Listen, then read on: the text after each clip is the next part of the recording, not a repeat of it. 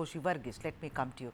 Considering you're director VDB Property Ventures Private Limited, which means you must be, I'm presuming, in real estate. Tell me something.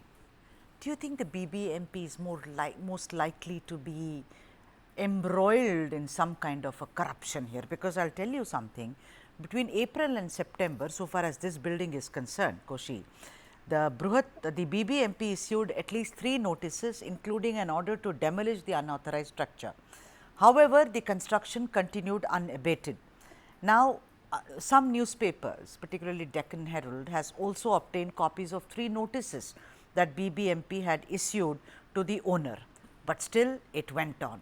Now, some people looking at from the outside, you live in the city, may think that okay, they issued notices and the construction went on, the owner was blasé about it, or maybe the BBMP were allegedly paid something so that they did not kind of stop it.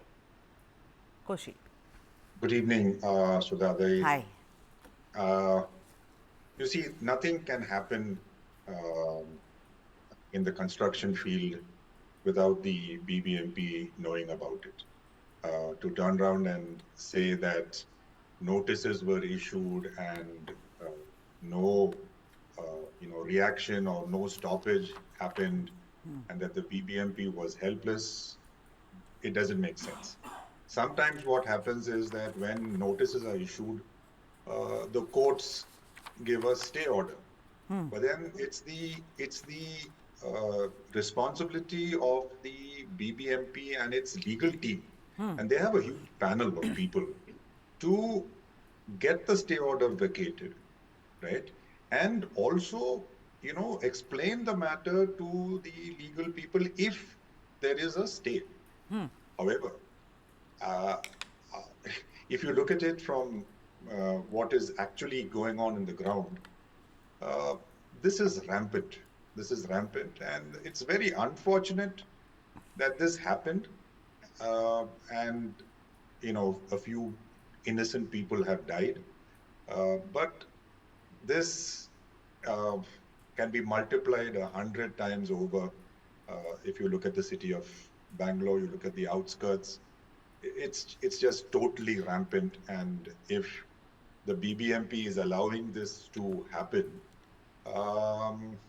it can't be without their tacit understanding. Have you ever faced it, Koshi?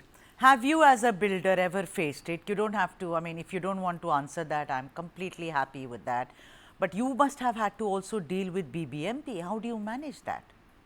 See, every building that I have put up, we have got all the approvals that we need to get, whether it is from the BDA, whether it's from the BBMP, whether it is, NOCs from various departments. We don't violate. I'm very confident about that, and I come from that part of the industry, which I can term as the organized part of the industry, where we follow norms, we follow rules, and our buildings and our drawings are open to scrutiny at any time. Right. Okay. Right? So, yes, people sometimes come to you thinking you don't have the approvals. But when you put down all the approvals and you show whatever else is there, there's nothing much they can do. All right. Sandeep Aniruddhan, let me come to you. Koshi says that he has all the approvals. Sometimes people do come, but then when they see he has all the approvals, there is nothing much to do. That puts the onus on the builder, not on the BBMP, as it were. Would you agree? So, in this case, allegedly Bhuvan Reddy and his ilk must have wanted to construct more than 4 floors. And therefore, out of greed, when they wanted to create that and they didn't have the required approvals, they allegedly bribed someone in the BBMP. And also, eyewitnesses say that this is rampant in this area, that you get the local MLA, and the local MLA, I am not saying local MLA of this area, please, allegedly local MLA of any other place, and then a BBMP official allegedly can be paid and the things get done. So, the onus, Sandeep, is on the builder to follow the norms, if you go by what Koshi is saying. Sudha, I would say that the onus is on everybody involved. Firstly, I'd like to point out that it is a comedy that the chief minister suddenly comes and says, "Oh, are there illegal buildings?" The open secret is there are thousands of illegal buildings being constructed throughout Bangalore as we speak. And all of them either are violations of plan or they are built without plan approval.